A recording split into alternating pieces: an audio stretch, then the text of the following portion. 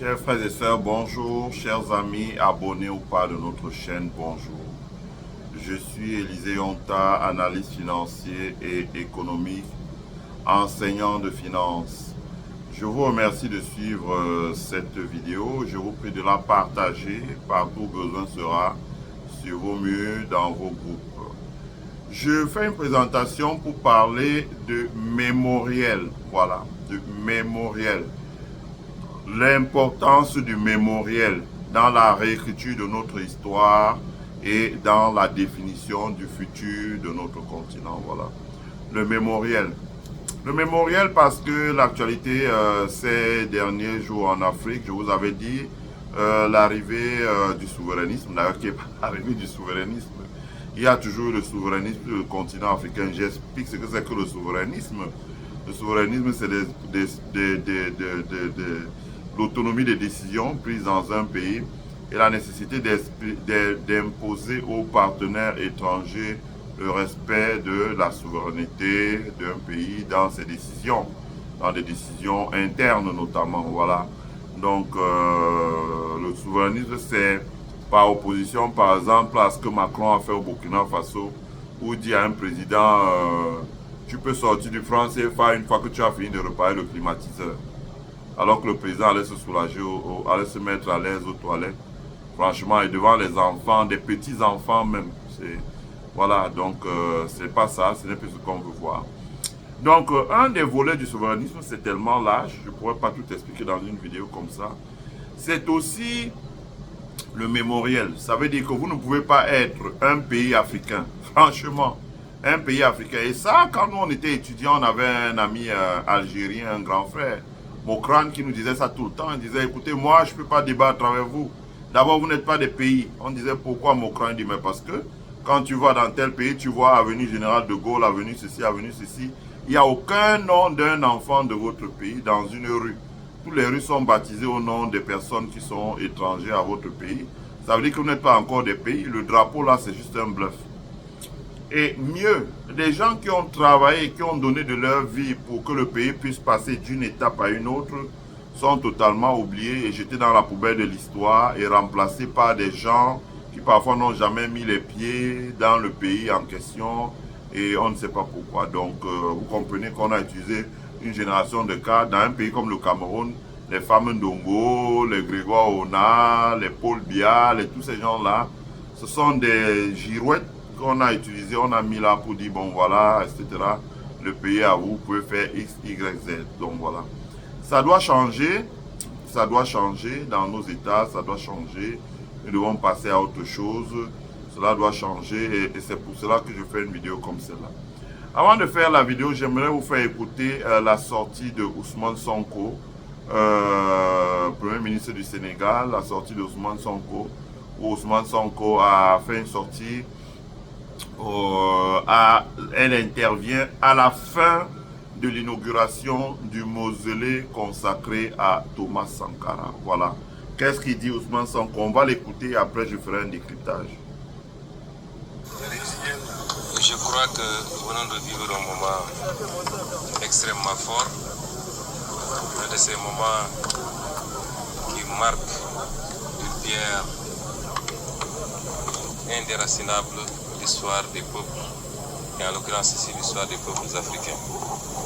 Je veux remercier mon homologue, son Excellence le Premier ministre Jean-Emmanuel, de m'avoir associé à cet événement, de m'avoir permis par son invitation d'assister à ce moment fort qui a consacré, une fois de plus s'il en était besoin, un des plus grands fils de ce continent, à la personne du capitaine Thomas Isidore Sankara. C'est un moment fort qui, au-delà de l'acte qui est posé, nous renvoie à nos obligations mémorielles.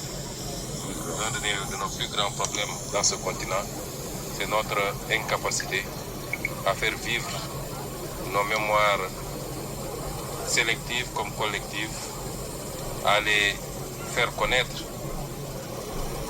aux générations à venir, aux générations présentes avant, mais également aux générations à venir. Il est important que les Africains connaissent l'histoire de leurs dignes fils. Que les Africains puissent remonter le plus loin possible. De grands fils d'Afrique, tels que Cheikh Anta Diop et Joseph Kizerbo, ont consacré toute leur vie à ce travail mémoriel, remontant jusqu'à l'Égypte antique, pour nous faire comprendre que nous ne sommes pas orphelins d'histoire, contrairement à ce qu'on a voulu nous faire croire. Que nous ne sommes pas ce continent qui n'a jamais apporté sa contribution dans l'évolution de l'humanité. Mais ça, c'est l'histoire la plus ancienne. Mais il est bon aussi que les Africains connaissent leur histoire la plus récente à travers ses dignes fils, tels que Thomas Sankara, tels que Patrice Lumumba, tels que Cheikh Anta Diop, Mamadou Dia, tels que Kwame Nkrumah, et tous les dignes fils de l'Afrique qui ont essayé de surfer dans ce sillage. Ce devoir mémoriel est important parce que les peuples se distinguent par leur capacité à figer leur mémoire aussi bien en ce qu'elle présente de positif que ce qu'elle présente de moins positif. Et c'est pourquoi c'était important. Cette année, depuis que nous sommes arrivés au pouvoir au Sénégal, nous avons entamé ce devoir mémoriel et vous avez vu la célébration du massacre de Thiaroye 44 qui s'est faite de manière totalement différente cette année et qui a exigé à la puissance occupante de l'époque à reconnaître ce massacre et en tirer toutes les conséquences. Et il faudrait que partout en Afrique, cet effort mémoriel, qui n'a rien à voir avec une quelconque forme de rancœur, mais ce devoir mémoriel se fasse pour que jamais plus l'histoire ne se répète.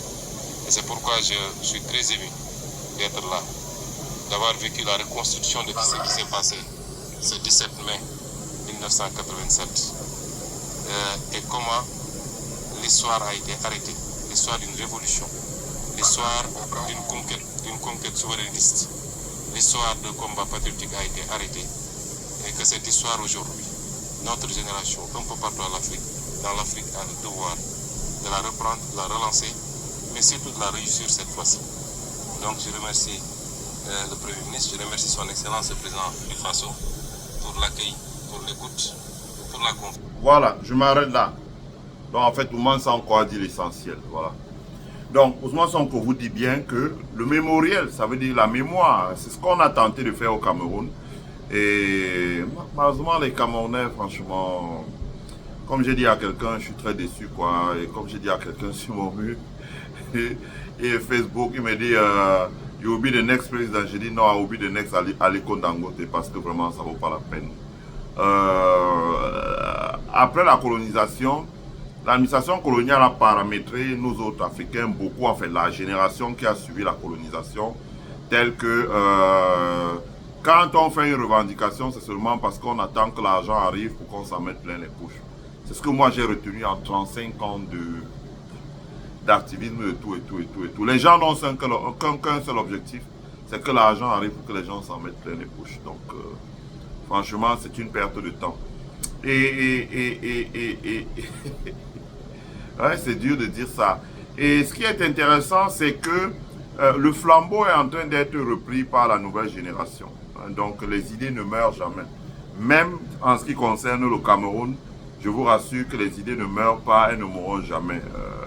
On voit, comme a dit Théophile Kouamouo sur son média, là, le média.fr, il recevait un total inconnu qui s'appelle Bruno Jaffré, qui se dit activiste de salut du Burkina Faso, mais qui n'a pas répondu à une question que Théophile Kouamouo lui a posée en lui disant: écoute, est-ce que les présidents que vous avez gardés au pouvoir très longtemps ont refusé de faire un travail qu'aujourd'hui les générations futures font? Par exemple, le mémoriel. Il lui a parlé d'autre chose. Il lui a dit, voilà, la défense, la sécurité des pays, la défense. Il lui a parlé de la souveraineté sur les richesses, les ressources naturelles. Il lui a parlé du mémoriel. L'autre, il a botté en touche. Et effectivement, on y est, nous y sommes. Pour que vous compreniez la différence, regardez Oumniobé, qui est allé à la tribune des Nations Unies pour défendre les peuples camerounais. Pour défendre les peuples camerounais, je dis bien, avec tout ce qui vivait, hein, l'expoliation des terres, l'impôt de capitation, l'indigénat, etc., les déportations, déplacements de population, la violence, etc., tout ça. Oumyobé allait à la tribune des Nations Unies pour défendre. Et quand il est venu que les populations se sont cotisées de l'argent pour construire un musée, une statue à Oumyobé, qui devait installer encore à Bona, je ne sais pas moi toi quoi là, ou à Bali, je crois que c'était à Bali. Les chefs, l'ensemble des chefs Sawa se sont réunis avec les gros bras pour venir déterrer ces statues en disant allez faire ça chez vous. Je dis que toutes ces vidéos-là ont été archivées parce que les gens là, et on voit ça au Gabon, dès que Ali Bongo est tombé, les gens ont retourné leur veste à 360 degrés. Ils ont tellement retourné leur veste très rapidement, mais aujourd'hui avec les réseaux sociaux, il faut que les gens sachent que tous les actes qu'ils posent sont enregistrés. Et leur sera opposé, hein, que même ceux qui ont retourné leur veste avec Ali Bongo, ceux qui ne savent pas, ou Véolinging, ce qu'ils savent, c'est que l'objectif pour lequel on les a acceptés, c'est pour les phagocyter le plus rapidement possible. Donc, quand vous regardez donc, dans un pays comme le Cameroun, quand on a vu ça, pour les gens qui ont un peu la matière, on a été écœurés. Bon, la deuxième chose, c'est quand il a fallu le mémorial, par exemple, j'ai vu un documentaire, mais que je ne veux pas trop commenter, parce que je sais que cette télévision-là, c'est la télévision de quelqu'un qui a un groupe bancaire et qui a fait ce reportage pour attaquer un autre promoteur d'un groupe bancaire en face qui le porte qui le challenge désormais dans l'arène bancaire au Cameroun. Donc, c'est entre eux, comme on dit. Mais au moins, s'il a révélé quelque chose, l'arrondissement de Penka Michel, le nom Penka Michel, c'est le nom de celui qui a vendu ses frères. Donc, qui veut dire que demain, il faudra réécrire l'histoire et il faudra changer ce nom Penka Michel pour mettre le nom de ceux qu'on a zigouillés et parce qu'ils se battaient pour qu'il n'y ait plus de travail forcé. Je rappelle, les gens ne peuvent même pas savoir. Parce que le travail forcé, c'est qu'au Cameroun, on venait dans l'ouest du Cameroun en disant au chef, si tu ne veux pas qu'on te déporte à Madagascar ou bien à Fort-Lamy au Tchad, il faudrait que dans ton village, là, sur une population de 3500 personnes, tu arrêtes toi-même 500 personnes et tu viens nous les livrer pour qu'ils aillent travailler, par exemple, à Safakam, qui était une plantation de culture d'EVA. Ça a existé. C'est contre ça que ces gens se battaient. On n'a pas la mémoire.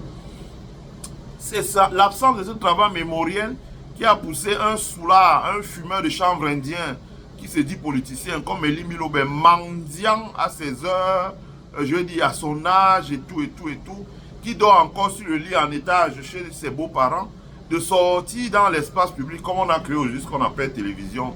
On peut mettre une caméra et n'importe qui peut vomir sa bile, de venir dire que Ernest Wandje était des voleurs, avec les temps que Noé c'était des voleurs et qu'ils ont spolié les terres. Alors que la spoliation des terres s'est faite dans le monde. Donc il y a tout ce travail-là. Le mémoriel. C'est parce que, un, on n'écrit pas l'histoire, deux, on n'écrit pas le mémoriel. Et il y a aussi la France. Je dis que nous nous sommes battus pour ça, pour qu'on ouvre les archives, pour qu'on écrive l'histoire. Et qu'est-ce qu'on a vu? On a vu ce que Emmanuel Macron a fait. Il a tourné là, il a tourné, il a fait beaucoup de com. Sans doute Paul Biya lui a envoyé son enveloppe, une très grosse enveloppe. Bon, il a retourné l'affaire en nommant quelqu'un qu'on n'a jamais connu dans la galerie des historiens camerounais, mais plus dans la musique, comme président d'une commission. Ils ont tourné, ils ont sorti une bêtise qui s'appelle rapport. Et pour pouvoir nous opposer en disant, voilà, c'est le rapport sur quoi, l'histoire du Cameroun.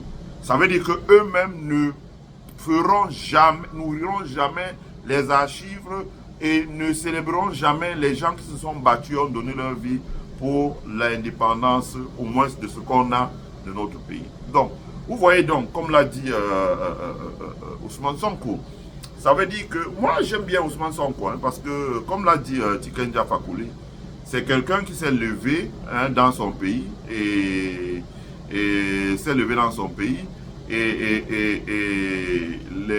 quand Macky Sall était vraiment le dos au mur, la puissance étrangère qui était derrière Macky Sall a abattu sa dernière carte qui dans tous les pays africains marche en disant bon voilà on va rendre Ousmane Sonko inéligible.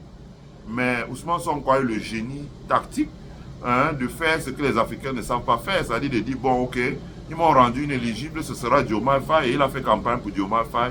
Diomaye Faye est devenu président. Diomaye Faye peut faire 2 mandats de 5 ans et après Ousmane Sonko prend même pour faire 2 mandats de 5 ans. Il veut diriger le Sénégal 20 ans en gagnant à chaque fois les élections. Et donc, Ousmane Sonko l'a dit, nous avons des mémoires. Joseph Kizerbo, les gens ne savent pas beaucoup ce qui est. Cheikh Anta Diop, c'est lui qui a été le début, écrit le début de notre histoire. Et tous ceux qui ont été avec Cheikh Anta Diop ont été réprimés ou retournés. Mais parce qu'il écrivait la vraie histoire, l'histoire vraie. Quand vous arrivez ici aux États-Unis, dans tous les laboratoires de recherche, la base du travail, c'est Cheikh Anta Diop.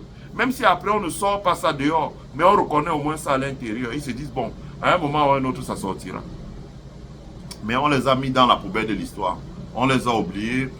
On a mis à la place Senghor, bon, agrégé de grammaire. Je n'ai rien, encore que je n'ai rien contre Senghor. Dans beaucoup de pays, il est Amical Cabral, les gens ne savent pas qui c'est. Moi, j'ai des gens sur la toile, là, leur nom c'est Amical Cabral, ils se font appeler Fondon, je ne sais pas quoi. Parce qu'ils ont honte. Bref, il y a tellement de choses que nous devons corriger dans notre histoire, le mémoriel. Et le fait que le Burkina Faso ait commencé par réhabiliter Thomas Isidore Sankara, c'est déjà une chose. Dans notre pays, le Cameroun, ça viendra. Certainement, ça viendra. À partir du moment où il y aura un moment ou un autre, il y aura un renouvellement. Et le renouvellement se fera autour d'une jeunesse qui est prête à porter ces idées-là, qui n'est pas une jeunesse d'applaudisseurs, comme les Kabaye Djibril. Et ça va se faire dans le mémorial où vous allez voir sortir de terre, qui est par exemple un panthéon. Par exemple, moi je l'ai souvent dit qu'il faut un panthéon. Parce que quand vous voyez, je ne veux pas, parce que si je dis ça encore, les gens de Maurice Kamto vont m'attaquer. Et comme on est déjà en campagne, je ne veux pas donner l'impression que je le tape. Mais quand on a travaillé avec lui, on a tout fait pour essayer d'imposer l'idée qu'il faut un panthéon où on réhabilite les nationalistes camerounais, on leur donne une sépulture digne et on construit une sorte de musée, comme ce l'ont fait les Burkinabés, là, une sorte de librairie. Ils ont refusé complètement que ça entre dans leur programme. Donc, je ne veux pas aller dans les détails parce qu'après on va dire, oh non, tu l'attaques, pourquoi tu peux. Ça va. Mais ce qui se passe, c'est que j'espère qu'ils voient comment l'histoire est en train de tourner, par exemple au Burkina Faso, où les gens commencent à réhabiliter des personnes qui sont mortes. C'est-à-dire que du vivant de Compaoré assiste à la réhabilitation de Thomas Sankara qui l'a tué. Du vivant de Diendéré assiste à la réhabilitation de Sankara qui l'a tué. Je ne sais pas si Kafando est vivant, mais eux voient très bien qu'on est en train d'assister à la réhabilitation et que leur système là, avec le RSP et tous ces gens-là, ça s'est effondré. Comme avait dit Broche Kabore, c'était un tigre en papier. Il en est de même. Je vais dire, c'est ça le changement majeur. Hein? Ousmane Sonko vous a dit qu'au Sénégal, ils ont pris la décision de célébrer, faire le travail mémoriel sur le massacre du camp Tiaroy. Et petit à petit, ils vont réhabiliter, par exemple, sécuriser l'endroit où les gens avaient réellement été enterrés, où on avait fait que le gouvernement de, je ne sais pas, c'est Macky Sall qui a construit une roue là-dessus. Donc, les gens passent, ils ne savent pas ce qui est en bas. C'est triste. Donc, il faut ressortir ça et réhabiliter tout ça. Donc, ces mémoriels-là aussi, donc, on essaie de le faire. Moi, je partage souvent les documents d'histoire des Jacob Tatita, des Chouankap, des gens comme ça. On va essayer autant qu'on peut dans les années à venir, hein, des Bonbon Bengan Kanji. On va essayer dans les années à venir d'essayer de voir la possibilité soit de faire ça sur notre chaîne YouTube avec une télévision locale, mais d'essayer de voir comment on peut faire pour réhabiliter la mémoire en éduquant. Donc quand les Bonbon Bengan font l'émission de Profondis sur Equinox TV, avant la suspension des journalistes, moi j'ai toujours eu l'habitude de partager cette émission-là et j'avais même lancé un fundraising sur mon mule, demandé qu'on fasse un... Malheureusement, on a suspendu le journaliste Duval Fangwa. J'espère qu'il est revenu et qu'il va mettre de l'ordre dans ses effets. Quand ils vont relancer de Profondis, on va faire un fundraising pour soutenir ça parce qu'il faut qu'ils recommencent à redonner la parole aux personnes à qui on a retiré la parole. Nous ne devons pas perdre notre mémoire. Voilà, c'est de ça qu'il s'agit. Hein? Je le dis souvent à des amis. Moi, j'ai beaucoup appris dans la communauté juive ici. J'ai 2 clouds de 10 triombites chacun, ça fait 20 triombites, où j'archive tous les photos familiales, les documents, etc., etc. Parce que c'est comme ça que les juifs écrivent leur histoire. Donc ils gardent ça, ils déposent ça dans un coffre-fort à la banque et ils payent pour 50 ans. Et ils disent peut-être pour 20, parce que c'est pas cher, c'est peut-être $12 l'année. Donc, ou $20 l'année. Donc s'ils donnent $2000, c'est pour un siècle. en supposant que les prix n'augmentent pas, mais ils savent que ça va dépasser 50 ans. Et quand leurs enfants arrivent, ils payent, donc ça reste là. Et tous les ayants droit peuvent venir demander l'ouverture du coffre et consulter, amener ces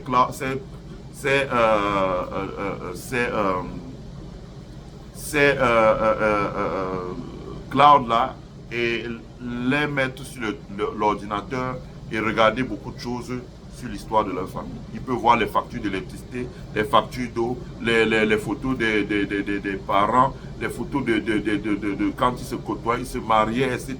La naissance des enfants, etc., etc. Ils peuvent même écrire leur histoire et préserver leur mémoire. C'est quelque chose que nous n'avons pas encore dans notre communauté. On vit, bon, quelqu'un se marie, 10 ans après tu viens, mais où sont les photos de ton mari? Ouais, l'eau avait emporté ça. C'est pas normal. On ne vit pas comme ça. On vit en préservant la mémoire. Sinon, d'autres écrivent l'histoire à votre place. Voilà. Ils écrivent l'histoire à votre place et ils vous présentent comme ce que vous n'êtes pas. Et eux, ils se présentent pour ce qu'ils ne sont pas. Je vous remercie. Je vous souhaite à tous et à tous de passer une agréable journée, une agréable semaine. Abonnez-vous à notre chaîne, car ici, là, le meilleur reste à venir. Prenez soin de vous. Partagez la vidéo, mettez un like pour que YouTube puisse la recommander au maximum de personnes. Et surtout, souscrivez à notre membership pour participer au développement de notre chaîne. Bye!